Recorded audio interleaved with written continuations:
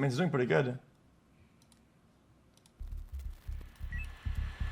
How a hacker saved the internet then? Well, there's no shot, but sure.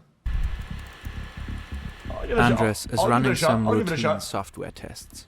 At first, everything looks pretty normal. But then, he spots something. This peak here is not a typical CPU load. Not a huge problem, but it's annoying. Plus, he can't make sense of it right away. Little does Andres know that this is not just some random bug. It's a cleverly hidden backdoor. One that's been planted over years by hostile forces, possibly state-sponsored hackers. Now it's set to spread globally and give the perpetrators access to millions of servers around the world.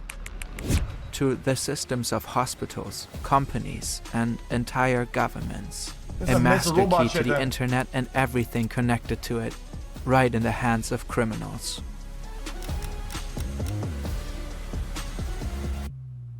Andres doesn't know about any of this yet, but he's about to literally save the internet.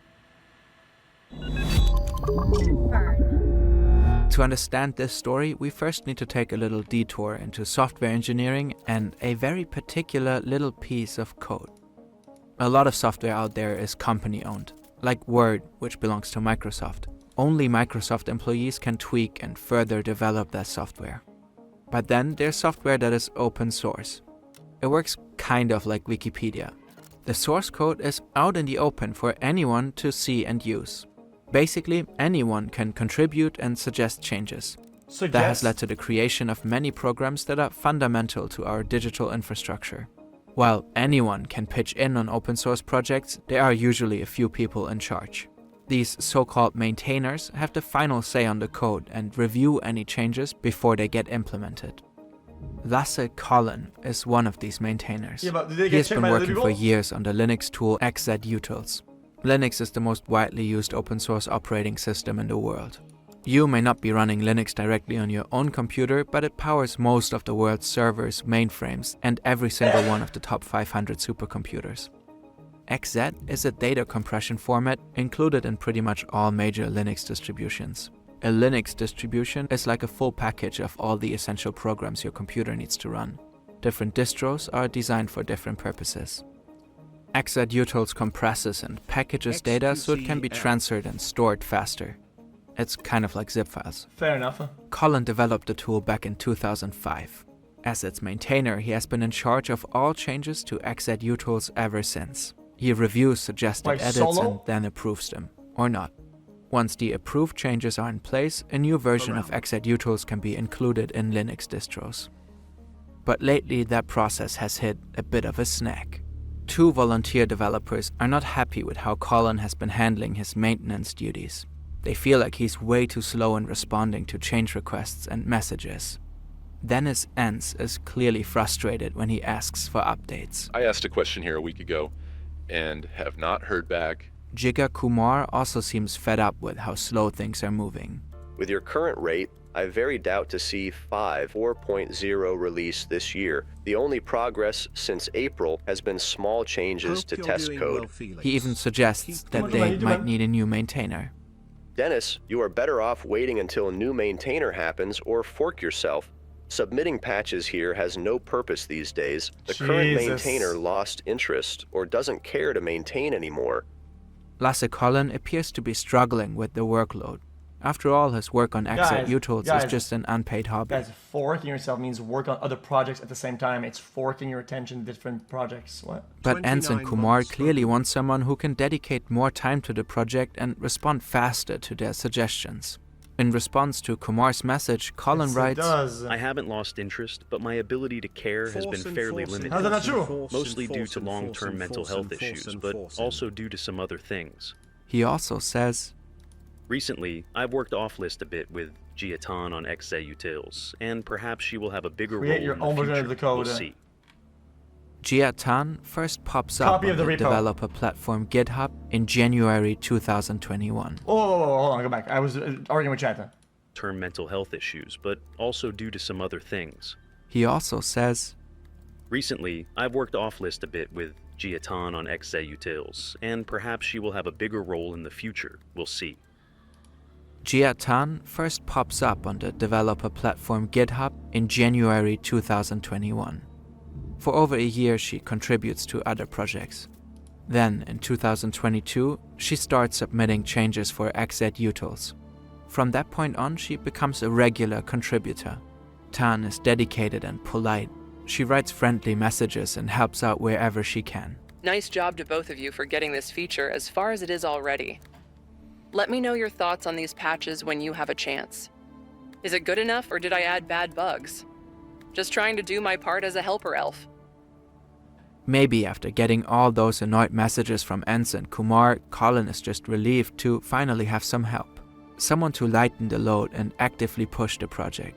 Wait, what? At one point, Colin explains that a maintainer needs the skills, time and interest to really stay Wait, then why not hire one of the dudes in the first place?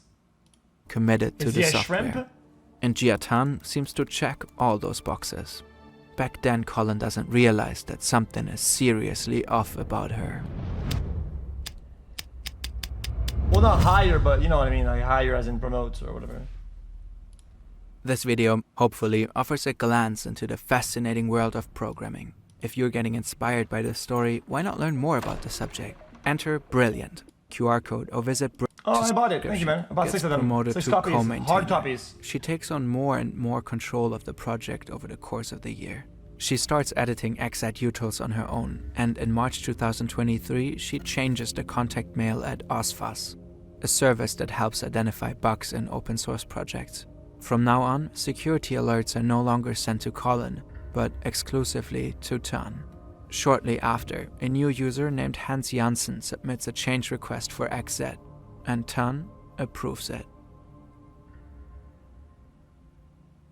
9 months later, March 2024, Janssen sends a message to the Debian project. Debian is a widespread Linux-based operating system known to be stable and secure. Janssen wants the Debian team to include a new version of xZutils in an upcoming Debian version, saying it will fix a specific bug. 2 other users chime in to praise the fix, Grigorin and Miso Eater. And when another user raises concerns, Grigorin is clearly annoyed and quickly shuts them down. Instead of having a policy debate over who is proper to do this upload, can this just be fixed? Shortly after, the Debian project integrates the new version of xZutils into a preliminary version of their operating system. So XZ is a one-person point of failure system where if one person is corrupt, it's GG. And this system has 2 random users with a bunch of numbers in their names vowed for something and some guy saying, fuck it, do it. System called SID.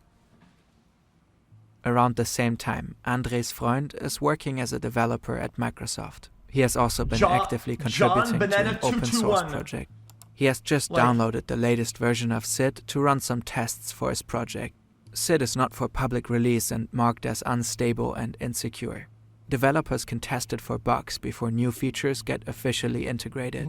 And during his tests, Andres notices something strange. Wait, hold on. Tests for his project. SID is not for public release and marked as unstable and insecure. Developers can test it for bugs before new features get officially integrated. And during his tests, Andres notices something strange. Something is taking up way too many resources in SSH. SSH is used to remote access Linux machines. Why is SSH draining such a crazy amount of CPU? Something is off. He also notices a considerable drop in performance, a lag of 500 milliseconds. That's half a second. That's Something massive. nobody else would ever notice. But Andres does. 500! So he takes a closer look at SSH and realizes that the delay is related to xZutils. On many Linux distributions, SSH has a dependency on xZutils. That means that certain xZ functions are invoked when SSH is executed. Andres digs deeper into xZutils and discovers that someone has slipped in a malicious piece of code. And this code allows that someone to sneak into the system via SSH. It's a backdoor. This backdoor is so well hidden that no one caught it while reviewing and testing the code. A phenomenal, scary attack. But this disguise is slowing the malicious code down. And it's that exact delay that Andres Freund has noticed when starting SSH. On March 27, he sends an email to inform the Debian security team about his findings. I wonder how many people actually tested this. How many people tested this? Is it dozens, hundreds, thousands? Couldn't be that many, right? 2 days later, he goes public. He publishes a post on Mastodon. The malicious code dudes, is hidden in two versions whizzes. of xzutils. And Andres also has a hunch as to who might have planted it. Jia Tan. She had secretly added the backdoor to a version of xzutils just before Andres found it. When Andres makes his findings public, all hell breaks loose. Did one guy just stop a huge cyber attack? This may be one of the biggest stories of this year. Curiosity may have saved us from a devastating cyber attack. The US Cyber Defense Agency issues an emergency security alert. Luckily, the tampered software hasn't spread far yet, but it has already infiltrated test versions of several major Linux distros. Chad, this is the type of guy who uploads a video, right, about a fix for your problem that nobody in the world has, in a video that has like 4 views. 4 views, 1 like, 0 dislikes, and he has the exact fix for your shit. It was just on the verge of massive deployment. An army of developers and cybersecurity experts jump into action.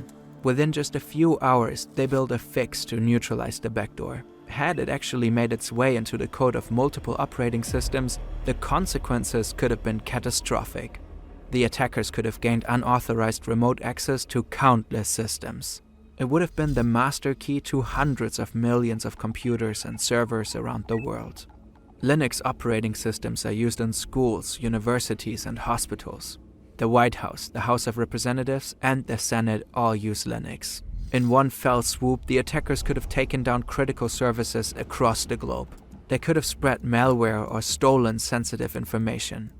There's no other way to put it. The world dodged a major bullet, thanks to Andres Freund, the silverback gorilla of nerds, the internet's final boss. The Microsoft developer is praised like a hero, and naturally his story becomes a meme. Microsoft developer is praised like a hero. CPU at 100%, a random guy. And naturally his story becomes my SSH runs 0.4 seconds slower. a meme. Even Microsoft CEO Satya Nadella gives him a shout out for his efforts. Everyone is relieved. Disaster has been averted. The shock is wearing off. But the real question remains. Who did this? Who is really behind Jia Tan? We'll never know. Andres Freund doesn't believe this was the work of just one person. He suspects Jia Tan had backup. These users are suspected of being involved. It looks like Enz and Kumar deliberately put pressure on Lasse Collin to clear the way for Jia Tan. Then Janssen, Grigorin, and Mizuita pushed the update through. This whole attack was a masterclass in social engineering. That's when attackers manipulate people into doing something they shouldn't, like making you accidentally give up a password or holding a high-security door for someone who appears to be pregnant. The alleged group behind Jia Tan was insanely clever. Infiltrating xzutils took not only technical skill, but a ton of patience. Remember, Jia Tan spent an entire year building trust by contributing to other projects before even suggesting changes for xzutils. Then, Dude, I feel like compromising some like super socially backed up fucking coding like a engineering autist is probably not that big of a deal. Another I'm 2 years saying, passed before like, she slipped in bro, the some backdoor. of these guys are probably not the Experts best like think social this was experts. likely It is what the it work is. of state-sponsored hackers. But what state would that be? What am I stupid at? I'm sorry, it is what it is. Brother, There's no these trace guys are of like Jia your Tan everyday, online. At like first coder. glance, Jia Chong Tan seems Chinese. The timing of the posts lines up with the UTC +8 time zone. But that might just be a smokescreen to hide the hacker's true identity and location. Would someone who spends years crafting such an intricate plan, building trust and slowly gaining control, really leave such obvious breadcrumbs? Faking time zones isn't hard. What if the people behind Jia Tan simply changed the time zone on their computer to UTC +8 before each contribution? At least that's what an analysis of her account suggests. The same analysis shows that Jia Tan has worked through major Chinese holidays. That's weird. And it's even weirder that the account was silent on Christmas and New Year's, which are just regular business days in China. Plus, if Jia really lived in the UTC+8 time zone, she would have always been working through the night. The analysis suggests that Jia Tan might actually reside in Eastern Europe. There seem to be a couple of incidents where they forgot to forge the time zone. There were 3 commits made in UTC+2 and 6 in UTC+3. Now, if we assume Jia Tan lives in one of those time zones, she would have typically started working at 9 AM and clocked out by 5 PM. Sounds like a regular job. Experts believe Jia Tan's trail might actually lead to Russia. More specifically to APT-29, also known as Cozy Bear. This state-sponsored hacker group is famous for their sophisticated attacks. The style of the xQc hack would fit right in with their usual playbook, but so far there's no solid proof. Open source obviously has its advantages. What if these people, do legitimate contributions to various projects that can have a potential way in or potential connections, and they just do a bunch, they just work really hard, get a bunch of them, right, and invest little by little, and just kind of take one brick out. But if this case proves anything, it's how vulnerable our digital infrastructure can be. We came way too close to a major meltdown. A lot of our critical infrastructure today relies on open source software, on programs that are often maintained solely by the passion and commitment of volunteers, by people who do this on the side as a hobby. People like Lasse Collin, who may get overwhelmed by the sheer scale of their projects. If we want our digital systems to be secure, we need to build the right structures as a society and support the open source community. The xQc attack was insanely sophisticated, and we have to assume there are more of those to come. We can only hope that, when the time comes, the world will have another hero like Andre. I disagree. Fuck them. Don't support them. Some things have to be free. You put money into this, it actually gets worse. I know. I get it. You must pay a developer or whatever. But then you think, who's paying them? How much are they paying them? Now, are they putting what they want in it by paying them? It gives a leverage to a party. When somebody has no leverage, is doing his thing, that's it. It remains. It has full integrity. His friend ready to step up. The best you could get. I missed the point. Okay. Well.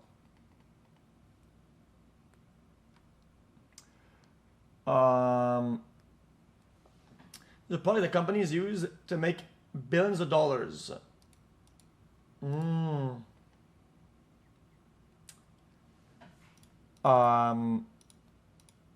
So if Microsoft paid them a lot, even though this is being used on some shit on some other machines and some competitors' machines, you don't see like how people would complain and how that could be a possible problem or like a conflict of interest, perhaps.